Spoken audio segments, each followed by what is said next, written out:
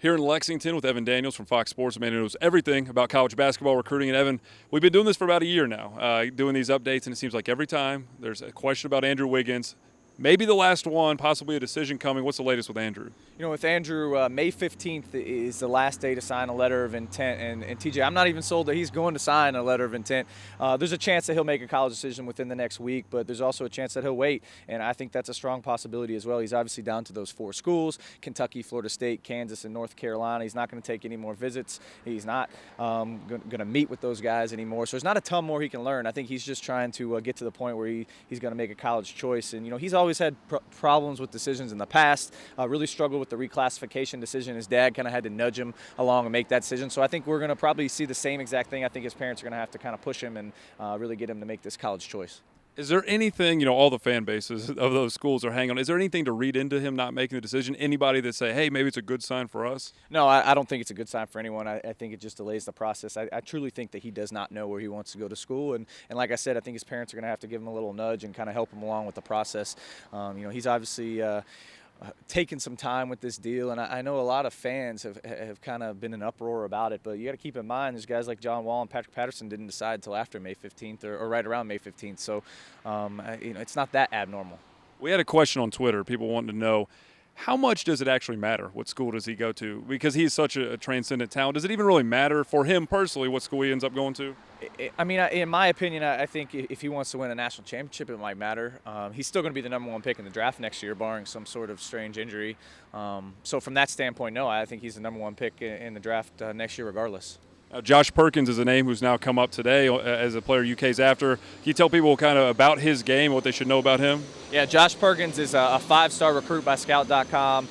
Really good physical attributes. He's 6'2", maybe 6'3" point guard, so he has good size. He sees the floor very well, can get to the basket, can really pass, and he's not a bad scorer either. I think he's a guy that's really come along this spring. I thought he was tremendous last summer and has really made some advancements, and I think he could be a guy in July we see break out. We already have him in the top 25. He could be a guy that moves up a little more. On Facebook, Brian Feathers asked a question. It's summertime. A lot of guys can make decisions, of course, in the summer.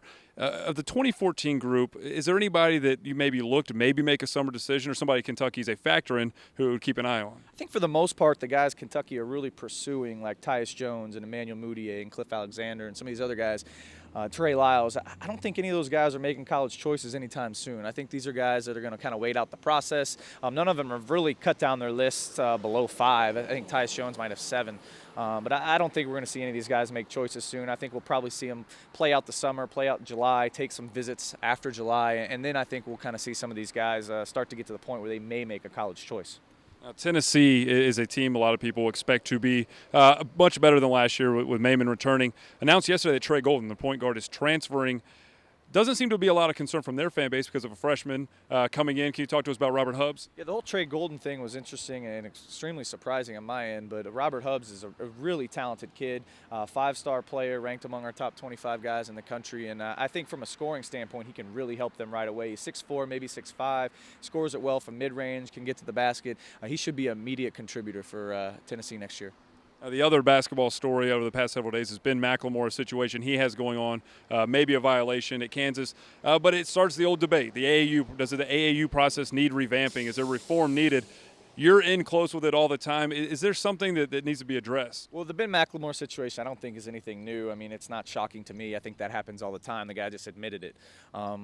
How do you reform it? How do you police it? I'm not sure you can. There's so much going on in the AAU scene. But it's not just AAU scene, it's high school scene too. It's not just the AAU guys. There's just as many bad high school guys as there are bad AAU guys. But it happens. I don't think you're really going to be able to police it, to be honest with you. Maybe the hottest name on the internet over the last couple of weeks is Seventh Woods, who has a mixtape that has impressed everybody. He's a young guy, and we've talked before about maybe young guys' concerns there, but what do you know about him and how impressive how much can you see from just the mixtape? I've heard a lot about him, TJ. I actually have not seen him play in person. I've obviously seen the YouTube highlight reels and his elite athleticism. A funny story, actually. He did not play in the Pitt Jam Fest a couple weeks ago because he hit his head on the backboard and got a concussion. So interesting deal there, but he's obviously an elite athlete. I'm looking forward to seeing him play in a real game. I think we've had that same problem before, right? And if I can't even count how many times I've hit my head on the backboard. Before we let you go this weekend, another big recruiting weekend, can you tell people where you're going to be and maybe some players you're going to be keeping an eye on? Yeah, I'll be in Dallas this coming weekend for the third session of EYBL. So all the Nike kids will be in action in Dallas. So there'll be a lot coming out of there as far as evaluations and really getting to see them play. Now, college coaches cannot be out. They won't be able to be out until July. So they won't be out and about. But I'll get a chance to evaluate a lot of the Nike kids this weekend. All right. Thanks, Evan.